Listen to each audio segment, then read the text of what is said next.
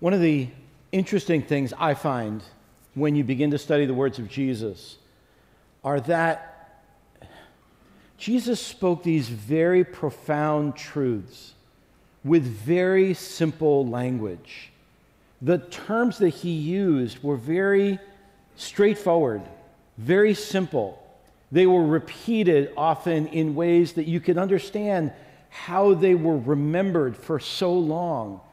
And yet the simplicity of Jesus' words, they can almost fool us into thinking that we know what they mean.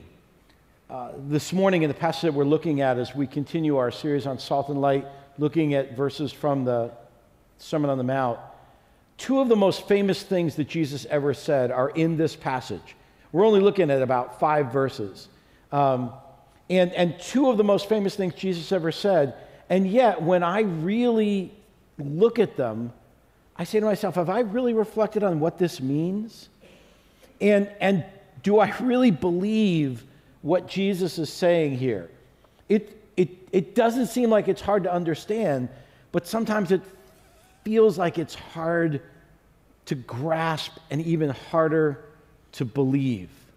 Let me show you what I mean. We're looking at Matthew chapter 7. And just notice how simple the verbiage is and how it's repeated and expanded. And you'll see the very famous phrases. I'm going to read the whole thing and then we'll walk through it a little bit. So it says, verse 7, "Ask and it will be given to you. Seek and you will find. Knock and the door will be open to you. For everyone who asks receives, and the one who seeks finds, and the one who knocks, the door will be opened. Which of you, if your son asks for bread, will give him a stone? Or if he asks for fish, will give him a snake? If you then, though you are evil, know how to give good gifts to your children, how much more will your Father in heaven give good gifts to you if you ask him? So in everything, do to others what you would have them do for you, for this sums up the law and the prophets." These words, "ask and it will be given to you, seek and you will find," are super famous. I can't tell you how many times somebody in a movie says, "ask and it will be given to you," and they probably have no idea that they're quoting something that Jesus said. It's usually the nerdy guy who was told to find a flux capacitor in order to reverse the polarity of something, and there wasn't anything, and they said, "ask and it shall be given, seek and you will find," and these things just pop up all over the place, and yet here they are in Jesus' context. And he says, "ask and it will be given. Seek and you will find. Knock and the door will be open." This is talking about talking to God. This is how you talk to God. We have a word in the Christian church for what it means to talk to God. We call it prayer. And so these are prayer words. Ask, seek, knock. And they're all asking. They're all prayer words, and they seem to grow in intensity. Right? Asking is one thing, seeking is another, knocking is another. You can picture this if you imagine, a teen needing to ask something of their parent, right? And so the teenager's sitting in the living room and they get a text from their friend that says, "Are you going tonight? Do you want to come over to my house and have dinner, and then we'll go over together?"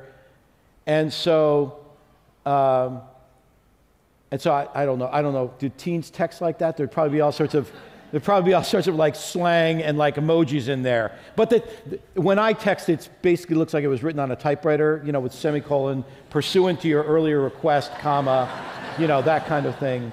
So I never know how to use emojis, and I just throw some running people at the end of it. But anyway, the content of the text, however it was said in any kind of like Gen Z language, was, "Do you want to come over to my house for dinner?" So the first thing a teenager does, "Mom! Mom!" And mom doesn't respond because mom's not there. "Mom! Can I go over? Mom!" There's no response. Where's mom when you need her? Right? Why doesn't she just respond? So then you've got to seek. You've asked, but now you've got to seek. Now you've got to tromp down, Mom, can I go over to Rosemary's house? Mom, you got to see. You can't find where mom is, right? You can't find out how mom is. And so you go looking all over the house, and then you see the door that has now become the home office that's closed with light underneath it. This is now the home office. So you suspect mom's behind there, so they knock, bang, bang, bang, bang, bang, bang, bang, and you open it up, and there's mom sitting in front of a computer terminal with an ear things on, obviously talking to somebody, and she's like, Mom, it's like, meaning, don't interrupt me, text me what you want me to do. So it goes over, emoji, emoji, emoji, emoji, emoji, dinner, and mom sends back thumbs up, okay? So that's asking, seeking, knocking, right? And so Jesus says, ask, and it will be given. Seek, and you will find, right? Knock. And we look at these words, and they seem to be increasing, that sometimes you're asking God, and sometimes you're seeking him, and sometimes you're knocking. But if these are about prayer, then the promises that Jesus is making are extravagant, right? This isn't how we experience prayer. We don't ask and it's given, any more than our kids ask and it is given. And yet you'd think that Jesus would say, ask and it shall be given to you, but let me quantify that. Let me put the barriers on that so that you don't over-apply this. But that's not what Jesus does. Not only does he say, ask, seek, knock, but he makes an extravagant promise. Ask and it will be given to you, seek and you will find, knock and the door will be open. Verse 8, for everyone who asks receives. The one who seeks finds. The one who knocks, the door will be opened. And this is where I say to myself, does this seem true to me? Jesus seems to be commanding us to pray. He's saying, I want you to ask. And when you don't receive, I want you to seek. I want you to pray. I want you to knock. You will be heard. In a cold world where we often feel perplexed, scared, and alone, Jesus is saying, you will be heard. And so now I expect the caveats. But that's not what Jesus does. Not only does he say it and then say it again with a promise, but then he illustrates it. He illustrates it. He actually wants us to take this seriously, and so he gives us a picture. And he says in verse 9, which of you, if your son asks for bread, will give him a stone? Or if he asks for a fish, will give him a snake? If you then, though you are evil, know how to give good gifts to your children, how much more will your Father in heaven give good gifts to you who ask him? So Jesus is saying, you give good gifts to your children. What makes you think God, who is much better than you, wouldn't do the same? So the imagery here is pretty straightforward. If your son asks for bread, would you give him a stone? Because sometimes one of those small loaves of bread, they're like a dinner roll kind of loaf of bread, they can look like a stone. So you can take a dull-colored, roundish stone and give it to your son, and he would bite into it, and then wouldn't that be funny? Now we're all going to the dentist. Because a loaf of bread can look like a stone, right? You get the bread basket that comes to your table, and you lift it up. You're hoping that this is going to be warm bread, but sometimes it's like that dark-colored multi-grain bread, so it really is closer to a stone. But in general, you wouldn't give your kid a stone if they're asking for bread. You wouldn't give him a snake if he asks for fish? Some people think that this is, that they would eat eels, which were long and thin, and so instead of giving your son an eel, you would give him a snake. Wouldn't that be funny? Look, here, open it up. It's a snake for you. But you wouldn't do that. Nobody would do that. And so, that's what he's saying is like, well, if you wouldn't trick your kids, why would God? But notice what Jesus says here. I just think because it's Mother's Day, I think it's particularly funny what Jesus says here in passing, if you didn't notice it. He said in verse 10, or if he asks for a fish, we'll give him a snake. If you then, though you are evil, know how to give good gifts to your children, how much more will your Father in heaven give good gifts to you? So, did you notice what Jesus said there? He said, you do good things to your kids, but you're evil. He said, if you, though you're evil, know how to give good gifts to your children, how much more so God, who's not evil? And in the day on Mother's Day, our culture loves Mother's Day because it's not a religious holiday. So everybody gets to celebrate it, and everybody gets to sell you something. That's the criteria for holidays in America. The more chance you have of making a profit, the bigger the holiday is. So everybody wants to celebrate it because presumably everybody has a mom. But it elevates, there's so much weirdness around Mother's Day. There's so much pressure around Mother's Day and around the image of being a mom in our culture, right? So on one side, you've got a group of people who are like, you can be a mom and you can be a business executive and you can be a triathlete and you can be all of these things. All of these things are possible to you. Being a mom is just one part of your identity, and they should all be available to you. And if you can't actualize all of those things, somehow it's society's fault, because you should be able to be completely available to all of the identities of you, one of which is the mom. So now the culture is like saying you can be a mom, but you can also be all of these other things all at the same time, and we're all thriving, and let's all let everybody know all the things that we're doing. And then over here you have this other side of people who's like, you should be completely content by just being a mom. You should be a trad wife and a mom, and the joy that you get from being with your kids should fill you up a measure, but you shouldn't need anything else, right?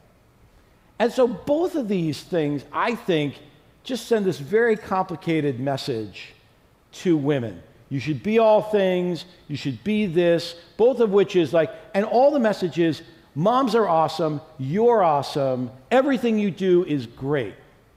Which is tough, because some people have moms who weren't always great, so that's a weird memory.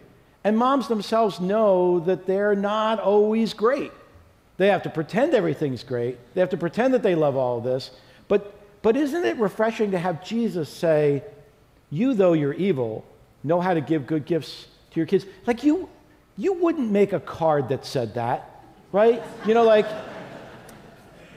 Mom, you're evil. And then you open it up and it says, but you kept me alive. Like that, you wouldn't send that card, So how can Jesus say, though you're evil? Jesus, I think, knows. He knows that we're human. And as humans, we're selfish and self-centered.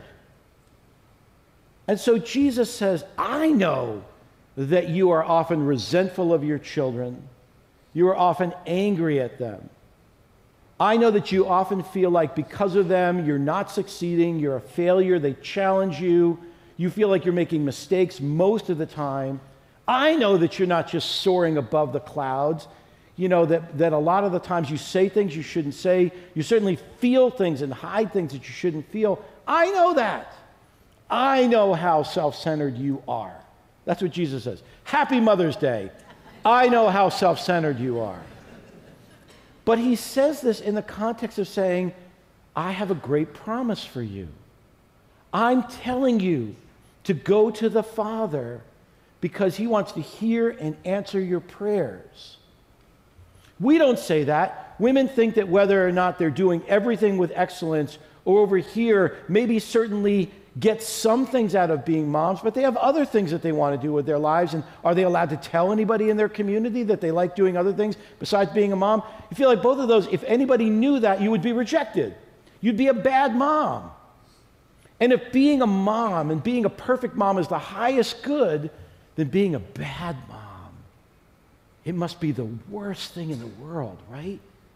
Because mom comes so naturally, you know? And so Jesus says, I understand humanity. I came to die for humanity.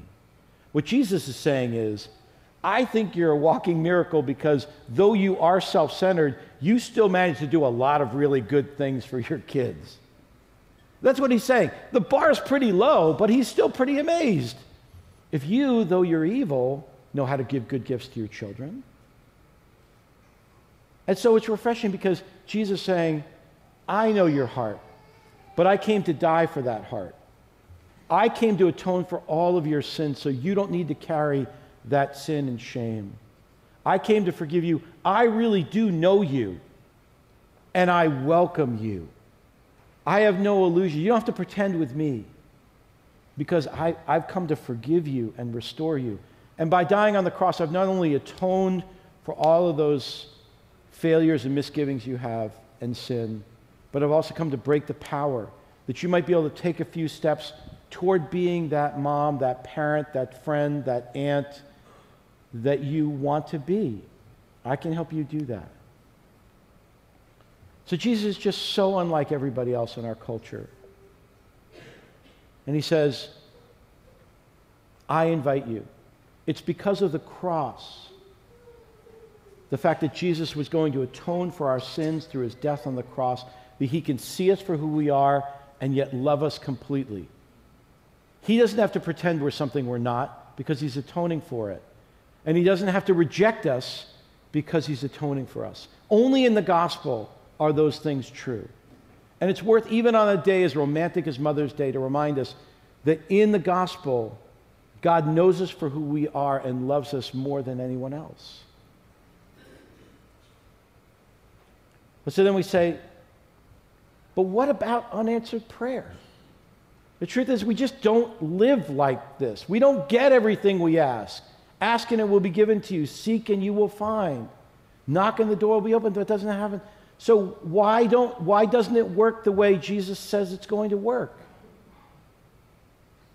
Well, I think any amount of reflection, right? Any amount of reflection will show you that God can't possibly answer all of our prayers because some of them aren't good. He gives good gifts to his children, and some of his gifts aren't good. And so God doesn't answer some of our prayers because they wouldn't be good for us, right? And sometimes you can see how God not answering that prayer was really good for you. Like your constant prayer to marry that creep in high school, God said no. It basically turned out okay for you, okay? But sometimes, like when we lose somebody we love, I get the feeling that we'll never this side of heaven see how that fit into something. You know, all we feel is the loss. But Jesus says, I know you and love you. I died for you and forgave you. So I'm asking you to trust me. And I think any kind of reflection that our kids ask for things all the time that aren't right, and we just have to say no. And they think at that moment that we hate them. In fact, kids say that. Why do you hate me? Why do you want me to dress like a dork? Everyone else has these sneakers and you say no because you want everyone to hate me because you hate me.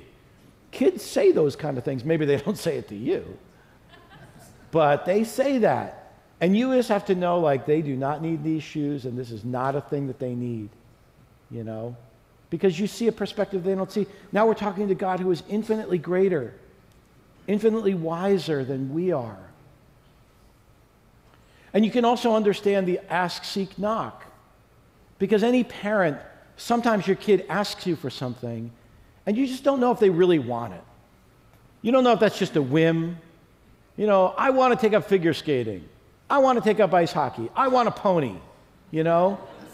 And you can't just say, okay, let's go.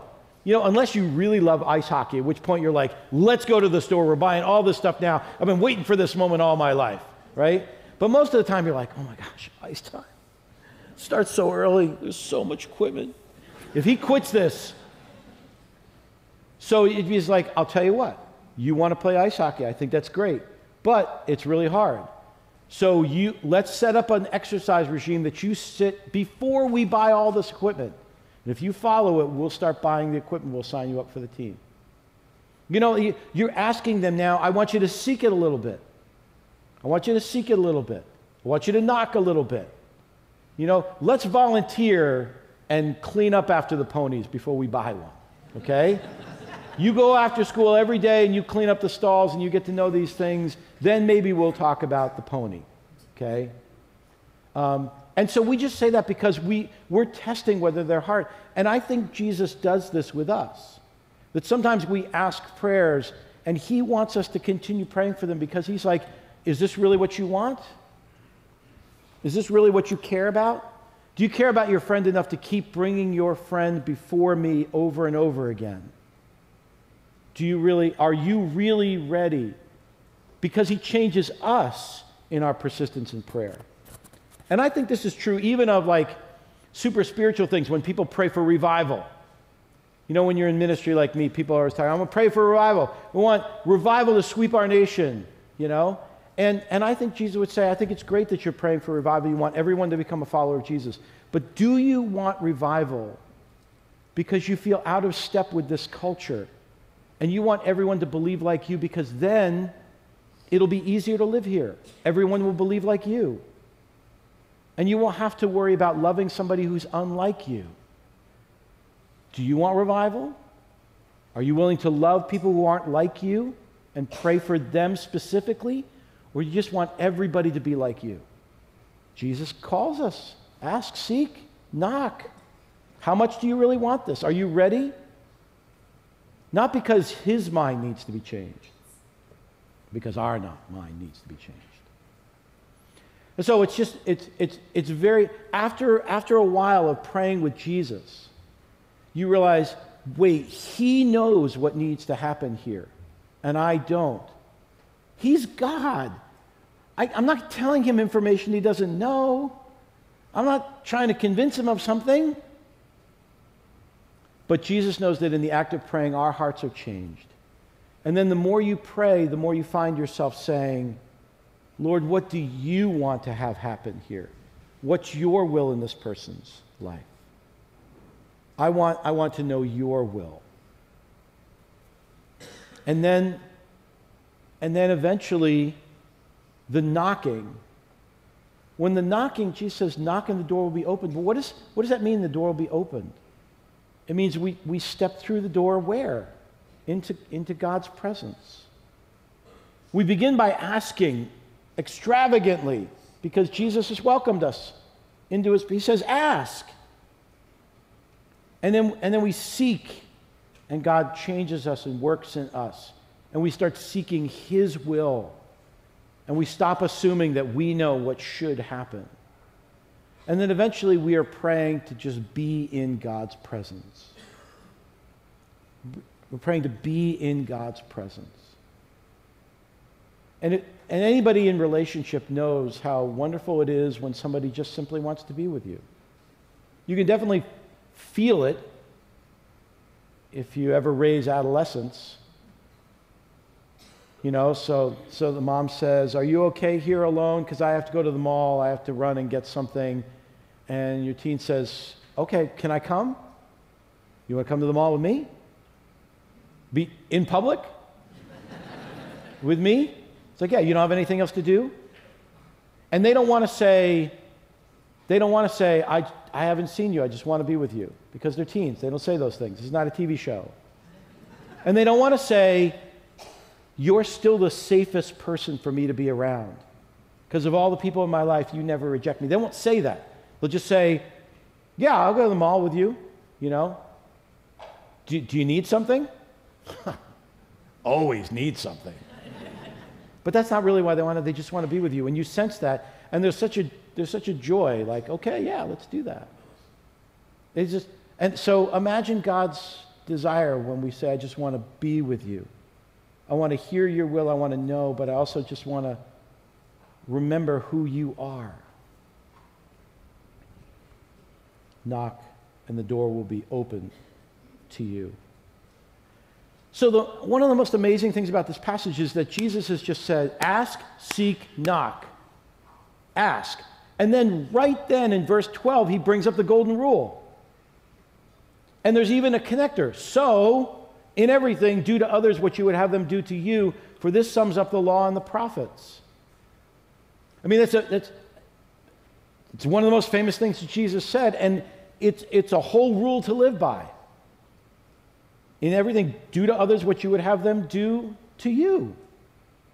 If you want to know the whole ethical plan, do to others what you would have them do to you. This sums up the law and the prophets.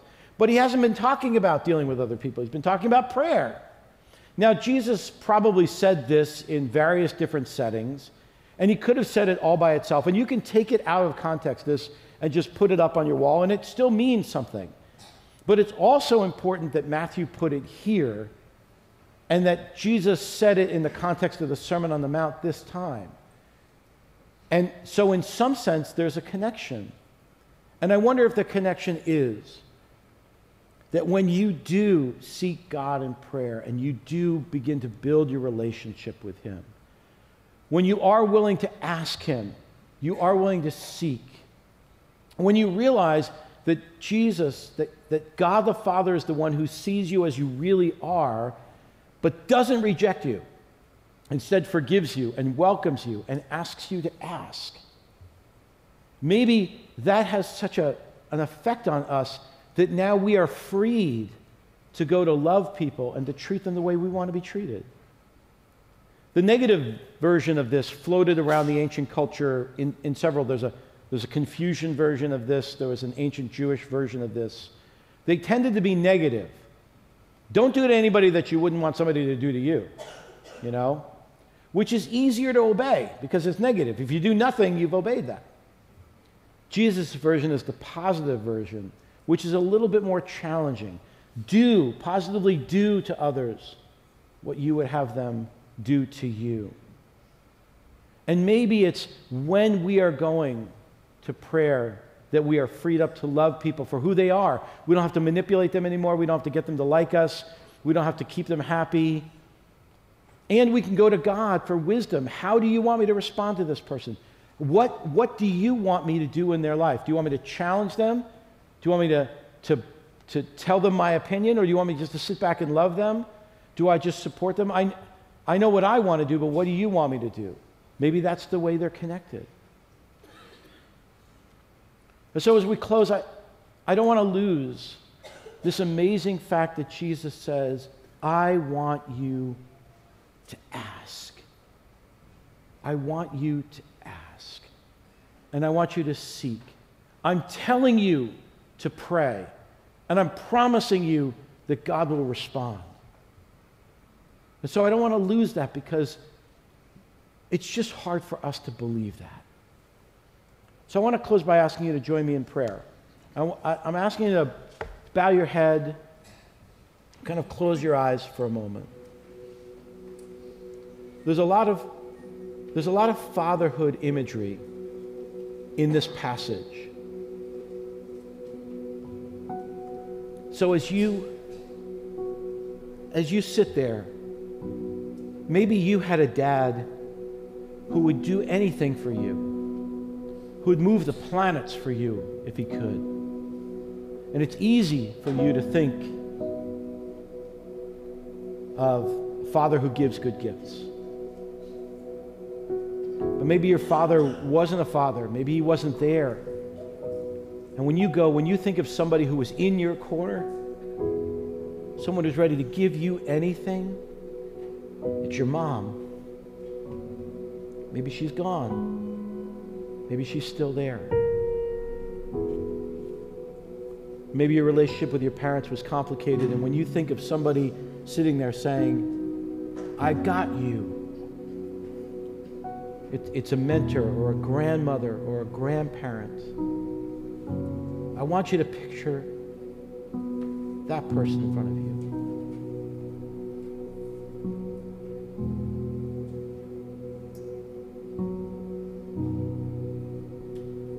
Now I want you to hear God say,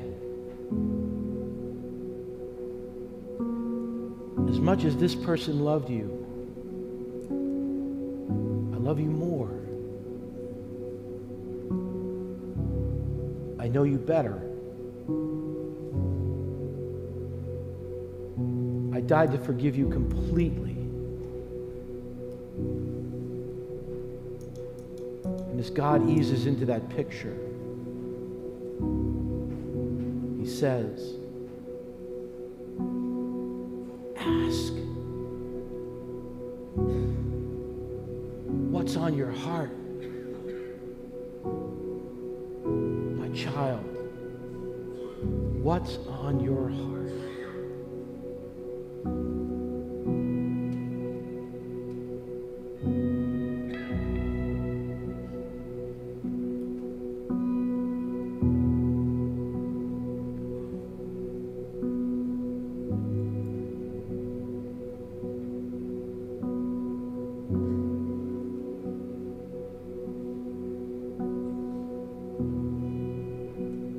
God, we look to you. We won't be overwhelmed. You hear us. Thank you for hearing us.